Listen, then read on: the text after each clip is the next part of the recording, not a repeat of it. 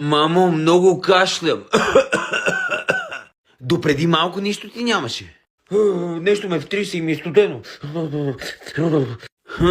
Сигурен ли си, че не се преструваш? Нямам никакви сили, едва си вдигам ръката.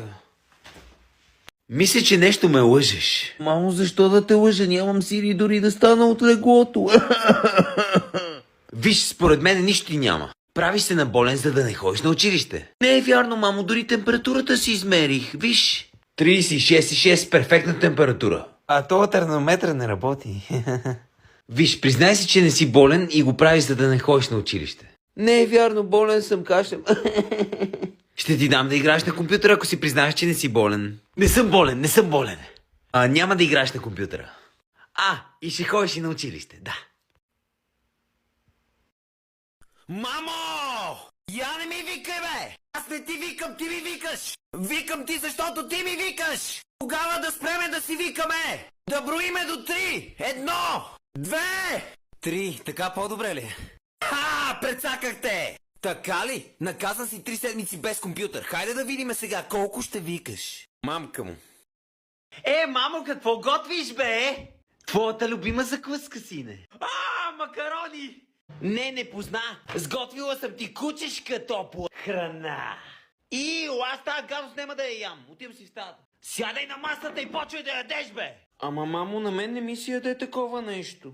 Казах, седи на проклетата маса и почвай да ядеш, бе! Ако кажа не и не ям, какво ще стане? Ще те потруша с пръчката. Беше ужасно. Почвай. Изя си цялата закуска.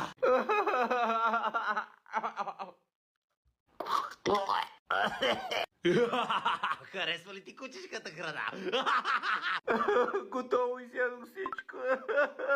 А сега е време за десерта. Сладолет! Още кучешка храна с бонус кучешко кокълче. Мамо, на един си ученик му купиха новия iPhone 15, искам и аз. Аз исках на времето да избягам с Пешо на Малдивите и да правим безразвратен секс и да пием много алкохол, но ето ме тук с тебе и баща ти, така че съжалявам. Мамо, аре казвай по-бързо какво искаш от мене, че си имам работа. Първо, не ми говори така, и второ, кажи ми защо не си ходил на училище цял месец. Глупости, бях на училище, кой ти казва такива неща? Ами учителката ти. Тя лъже, мамо, лъже. Аз пък мисля, че ти лъжеш. Ще ти докажа, че не лъжа. Ето ти телефона ми, разгледай го, направил съм си снимки в училище, селфита. Ма ти си снимал само в лавката, туалетната, физкултурния салон и съблекалнята. Даде, видя ли, не те лъжа, бях на училище. Така, лежиш си, удобно ти е, хубаво ти е. Да бе, много ясно бе, мамо. А искаш ли да ти донеса нещо за пиене, за хапване, например? Може да донеси някакви пуканки да гледам с филма. Така ли?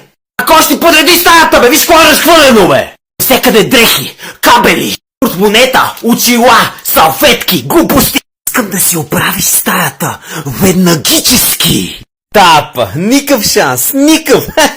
Сигурен ли си? Напълно сигурен. Не можеш да ме накараш да си оправя по никакъв начин стаята. Добре, мамо, спокойно, всичко изчистих, всичко е наред. Тази пръчка прави чудеса, бе! Трябва да си взема още една. Сине, отивам до магазина, искаш ли нещо? Какво нещо? Ами за хапване, за пиване. Не искам, благодаря ти. Сигурен ли си? Да, сигурен съм, не искам нищо. Ама ти винаги искаш нещо. Да, така е, но сега не искам, кое не разбра? Я си помисли пак, не искаш ли нещичко да ти взема? Казах, че не искам нищо! Кое не разбираш? Мозък имаш ли, бе? Добре тогава, аз излизам. Хайде, чао. Здравей, сине, върнах се с покупките за обяда. Добре, браво. Взе ли ми вафла? Не, ама ти не си ми казал да ти взимам. Мразя те, повече не искам да те виждам. Лоша майка.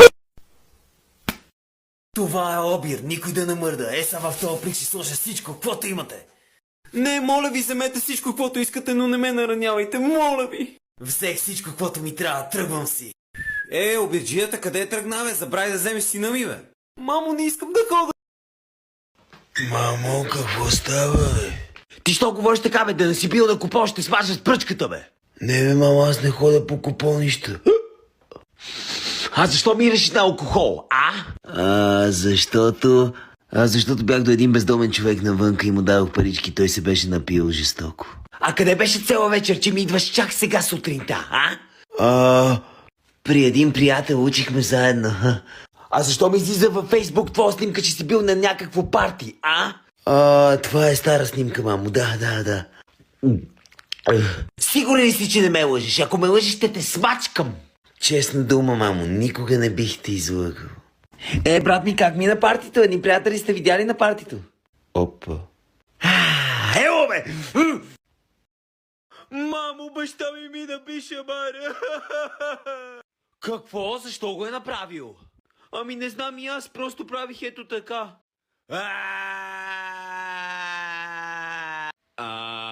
Това е досадничко. И аз бих ти набила шамар. Престани, моля те. Добре, стига, ушите ме болят, моля те. Не ти ли харесва? Главата ми има цепи, стига, престани. Искаш ли още? Почвам. Не, спри. Знам едно по-добро място, където ще те харесат. Искаш ли да отидеш? Да, къде? България търси талант. Отивай направо. Отивам. Ще го спукат от подигравки, ще му се смеят много.